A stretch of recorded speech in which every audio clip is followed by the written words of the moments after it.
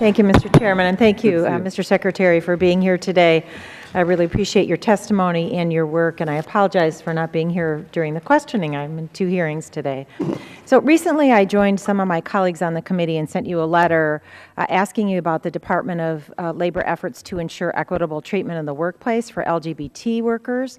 I want to thank my colleagues, Mr. Polis and Mr. Pocan, for leading that effort, and thank you for your prompt reply. I look forward to working with all of you on this issue. An issue of significance in Oregon and, of course, nationwide is the need to provide good compensation to hardworking Americans, and I support Ranking Member Miller's proposal to increase the minimum wage. Glad to see the administration recognizing the importance of that issue.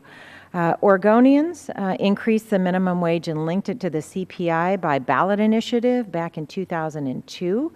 And I want to note that that effort was supported by the Oregon Catholic Conference and other members of the faith community, as well as poverty advocates. And I have to say, we have one of the highest minimum wages in the country at this point, and it's working just fine.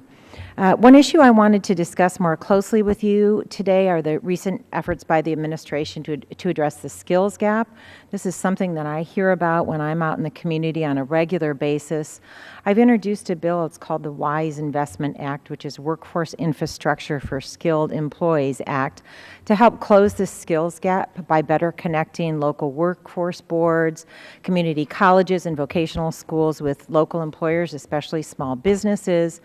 And I heard the President task Vice President Biden with a review of federal worker training programs. So I'm encouraged about making progress in this area. You said in your testimony something about the soup to nuts approach. So will you please talk a bit about what the Department of Labor is doing about the skills gap and provide an update on the progress being made by the Vice President on his task force in evaluating federal worker training efforts? Sure.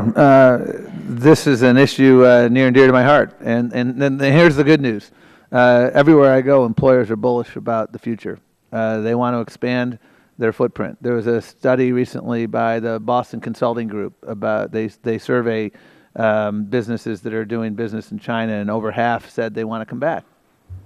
So there's a lot out there. There's a lot of opportunity out there today and tomorrow and years from now. There are structural things happening in this country in manufacturing, including but not limited to our advantages in intellectual property, our supply chain, our workforce, our energy costs. Good things are happening, and the challenge I hear from employer after employer is how do we make sure we have that skilled workforce to succeed, and that's what we're trying to do. I spoke about our investments in apprenticeship.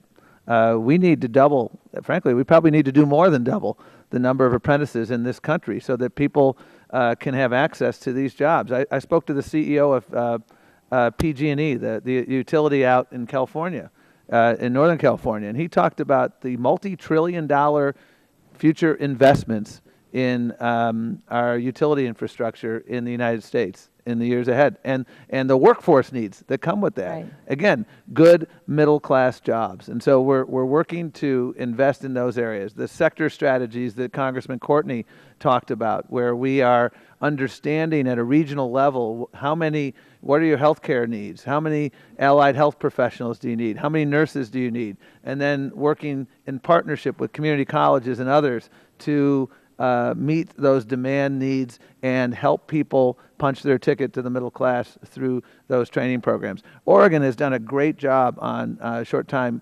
compensation. You've been a national leader. I'd love to see other states take that up. You really have done a great job. It's a very powerful layoff aversion strategy. And what the Vice President is doing is we're compiling the things that work and taking them to scale, figuring out where we have areas of improvement. And we have undeniable areas of improvement in issues of performance measurement, data collection, areas like that. And so we're learning about this. This isn't a pat yourself in the back exercise. This is about making sure that we are doing the best job possible. That's great. And in the remaining time, I just wanted to address the issue of emergency unemployment compensation for the long-term unemployed. I had a roundtable discussion with several people who were long-term unemployed, and I have to say that this was putting faces on the people who are out of work. They were looking for work on a daily basis, applying for jobs. They were more mature than, they weren't teens. They were people who had worked for several years. So can you discuss a little bit about who is the population of, well, my time's expired, but maybe if you could respond to the committee, who are the long-term unemployed? Because I found that there are people who are supporting families, trying to make rent payments, mortgage payments, and they are looking for work. They need this lifeline so that they can put gas in their car and have a phone to The actually get a gentlelady's job. time has indeed Thank you, Mr. expired.